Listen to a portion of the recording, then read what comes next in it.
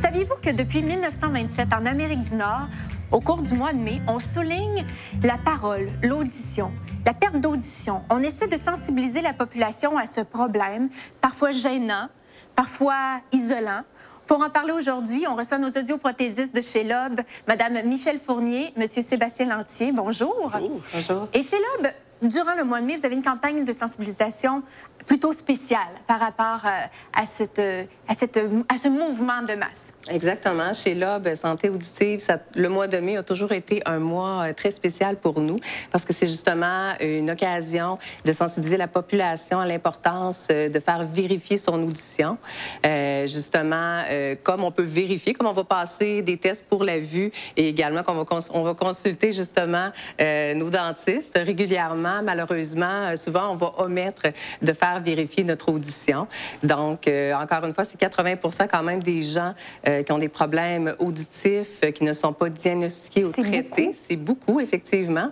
Donc, ça nous permet, puis souvent, simplement par un manque d'informations sur les démarches que les gens doivent faire, en fait, pour aller consulter. Donc, c'est le type d'information qu'on va justement donner lors du mi-mois de l'audition. Alors, en mai, vous dites, on existe, on sort notre drapeau. C'est une belle occasion de sortir justement de nos cliniques puis aller rencontrer les gens. Ce qu'on a tendance à faire, c'est beaucoup de conférences, que ce soit dans les centres communautaires, les résidences de personnes âgées autonomes, que ce soit même dans les écoles. Le but, c'est d'aller toucher le plus de gens possible pour qu'ils fassent évaluer leur audition, qu'ils prennent soin de leurs oreilles, tout simplement. Et puis en conférence, quel style de thème on peut aborder? On va d'abord expliquer comment le fonctionnement de l'oreille, comment on peut détecter les premiers signes d'une perte auditive. Par la suite, qu'est-ce qu'on doit faire justement lorsqu'on croit avoir un problème d'audition. Puis on va démystifier aussi, on va en profiter pour démystifier le rôle des différents professionnels en santé auditive parce que audiologiste, audioprothésiste, médecin ORL, souvent les gens ont de la difficulté à faire la différence. Et puis souvent, on va inviter les gens à faire justement un test de dépistage auditif, soit à ce moment-là, à partir d'un petit questionnaire qui est un test qui se fait en fait en 5 minutes à la maison, très rapide. Les gens peuvent même consulter notre site Internet sur le portail de Lob Santé auditive, exactement. On peut faire le test en ligne et les gens sont en mesure de savoir s'ils ont un problème auditif.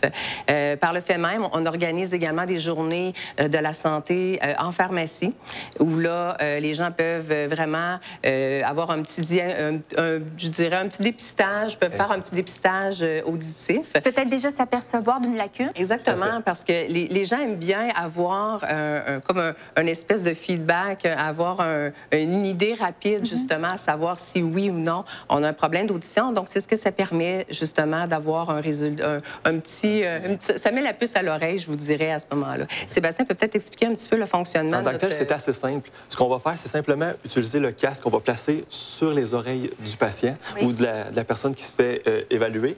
Puis, sur le iPad, rendu très technologique, il va y avoir une image qui va apparaître, je ne sais pas si on le voit bien.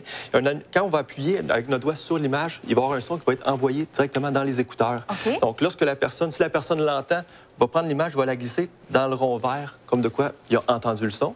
Puis si à l'inverse, on appuie sur le signal, il n'entend pas, on l'envoie dans le cercle rouge. Donc, c'est de cette façon-là qu'on va être capable d'évaluer certaines fréquences pour avoir une bonne idée de ce qu'il y en est par rapport à l'audition de la personne. Puis à la fin, on me dit j'ai eu 5 sur 10, 8 sur 10, Exactement. Selon... Suite à ça, on va recommander aux patients de passer un vrai test en clinique avec une audiologiste pour vraiment avoir un test plus complet, plus précis à ce moment-là. Et juste pour bien comprendre, ce test-là, on ne le retrouve pas seulement durant le mois de mai dans les pharmacies. La borne, comme ça, on peut l'utiliser, même chose dans les conférences, dans les salons que l'on fait aussi, des salons santé ou dans les pharmacies également. Je me rends compte d'un petit problème. Combien de temps ça me prend pour obtenir un rendez-vous avec vous chez Lob? Très rapide. Dans le fond, si on veut faire évaluer notre audition, en appelant tout simplement, en dedans d'une semaine à 1 à 2 semaines, vous avez un rendez-vous et puis vous êtes prêt à faire évaluer votre audition. En terminant, j'aimerais qu'on parle de votre implication. Lob est énormément présent à travers la province. La Fondation Sourdine, c'est quelque chose qui m'a accroché, les enfants, les problèmes de surdité. Parlez-nous-en un peu plus. Exactement. La Fondation Sourdine, en fait, c'est une fondation qui verse tous ses profits à l'école oraliste pour les enfants sourds et malentendants. C'est la seule école école au Québec, justement, pour les enfants sourds et malentendants qui va favoriser le développement du langage oraliste à ce moment-là. Et le but de cette école-là aussi, c'est de réintégrer les enfants dans des écoles régulières afin qu'il y ait un cheminement régulier à ce moment-là. De votre côté aussi, Dr Savard, vous avez des fondations qui vous tiennent à cœur? En fait, on a notre fondation, la Fondation La Vue, qui a été mise sur pied au mois de décembre. Au cours de l'année, on va faire des activités pour aider. En fait, le but de la Fondation, c'est d'aider les enfants qui sont défavorisés à l'école. C'est très bien. Bravo. Bravo. C'est tout à votre honneur. Il y a le défi Pierre Lavoie qui s'en vient dans quelques jours, au mois de juin. Comment vous impliquez, encore une fois? Nous avons notre propre équipe qui participe au défi Pierre Lavoie, l'équipe LOB. Donc, à chaque année, ils sont présents. Ils s'entraînent très, très fort. C'est beaucoup d'entraînement, beaucoup d'ouvrages. Mais ça vaut la peine, c'est pour une belle cause. On peut aller vous encourager. Exactement. Puis encore une fois, l'équipe soutient l'école oraliste, justement, pour les enfants sourds et malentendants. C'est très, très bien. Je suis contente d'avoir découvert ça aujourd'hui. Puis, il y a aussi votre magazine LOB également qu'on peut toujours suivre. Vous pouvez et votre site Internet. Exactement. Merci beaucoup. Merci à vous.